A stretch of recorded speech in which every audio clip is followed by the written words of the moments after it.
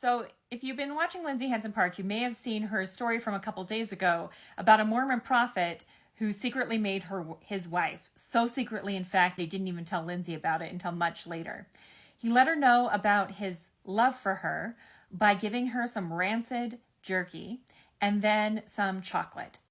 Lindsay thought this was the most disgusting thing she had ever heard of, but I was a little bit excited because I have a colleague who is a food historian, and she has been giving a lecture on beef fudge for years. So in mid-century Montana, and probably much of the American West, there is a desire to get people to eat more beef, to use up excess beef on ranches. So they would publish cookbooks that included dessert recipes that used beef in an attempt to get people to eat more beef. It sounds gross, but I know a lot of people who love chocolate and bacon cupcakes, so maybe it's not so far off. So I looked on the internet, I found midcenturymenu.com, and they had Paulette's Hostess Cookbook from 1967.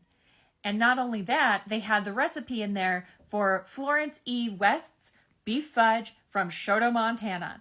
So that's the recipe I'm going to make this weekend. Turns out I have everything we need.